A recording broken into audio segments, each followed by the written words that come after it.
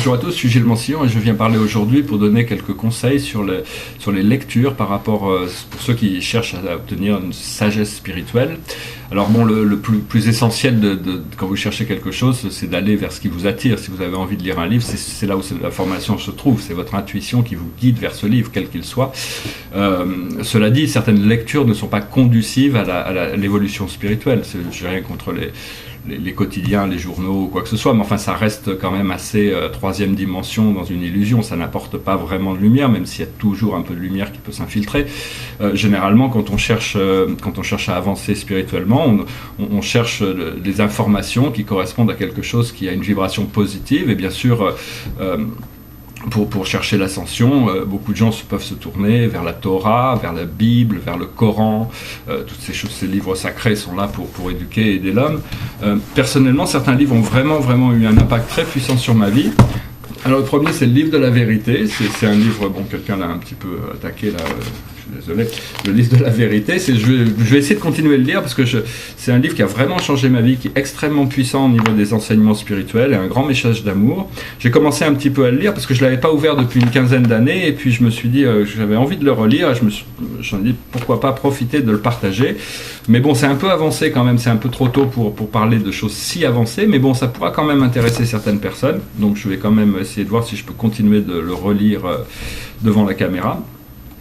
Un autre livre qui est très important, qui m'a beaucoup aidé, c'est le Tao Te Ching, c'est la version de Richard Willem, c'est 82 poèmes qui avaient été laissés par Lao Tzu et qui sont encodés pour comprendre certaines connexions profondes sur la loi d'attraction, sur le Tao, sur l'unité de la vie, et donc c'est vraiment un enseignant très puissant. Un autre livre dans le même ordre qui est beaucoup plus ancien, c'est le I Ching, qui avait été fait par le roi Wen et le duc of Chu. Fuxi a inventé les trigrammes, mais bon, là, tous les jugements et les images ont été organisés par certaines personnes qui voulaient mettre en ordre cet ordre cosmique. Et puis bon, Lao Tzu, Confucius ont énormément tiré de cet enseignement, et donc c'est vraiment un guide de sagesse, un code de conduite extrêmement puissant. Et donc je recommande pour ceux qui s'intéressent à prendre conscience qu'il y a des choses à faire pour évoluer, dans un sens supérieur. Pardon. Un autre livre qui est très intéressant, mais qui existe qu'en anglais, c'est Les Clés de Enoch. C'est un gros livre qui apprend à faire plein de choses sur la création du Merkaba, c'est des enseignements très ésotériques, mais vu qu'il n'existe pas en français, je ne vais pas trop en parler. Un autre livre qui a eu énormément d'influence, qui n'est pas un livre initiatique dans ma vie, c'est le livre d'Urantia. Alors bon, c'est un gros livre, hein, c'est un livre de révélation spirituelle, comme le tableau là, le tableau qui est derrière moi est influencé par les révélations d'Urantia.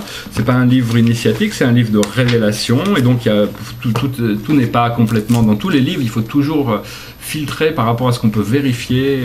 Il y a toujours des petites erreurs qui ont pu être commises, donc il ne faut jamais prendre les choses parce que c'est écrit, que c'est une vérité absolue. Il faut pouvoir vivre avec et voir comment ça s'adapte par rapport à notre vie. Il faut toujours filtrer ces enseignements par rapport à ce que nous on peut adapter, sinon c'est juste un concept mental, et donc c'est par rapport à l'intégration qui est très importante.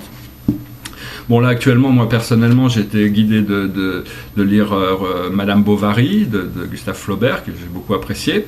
J'ai d'autres choses à lire qui vont revenir, une certaine poésie. Là, je regardais dans ma librairie, j'ai retrouvé un vieux livre qui s'appelle La Divine Comédie de Dante.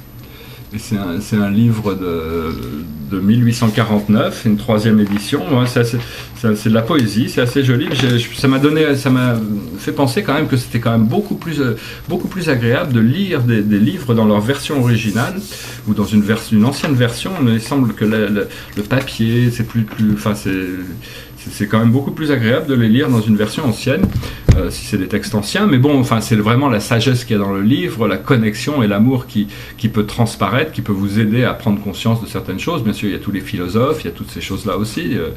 Et donc, j'espère que vous trouverez ce qui vous attire et que vous pourrez continuer à le développer, parce que c'est vraiment en pratiquant ce que vous trouvez dans les livres que l'enseignement trouve sa valeur. C'est pas dans le livre lui-même, mais ce qu'on en fait, Ben, je vous souhaite une excellente journée. Si vous avez des commentaires, n'hésitez pas. N'oubliez pas de souscrire. Et puis bon, je ferai de mieux pour répondre à vos questions si vous en avez. J'espère que vous passez une excellente journée et je vous dis à bientôt. Namasté.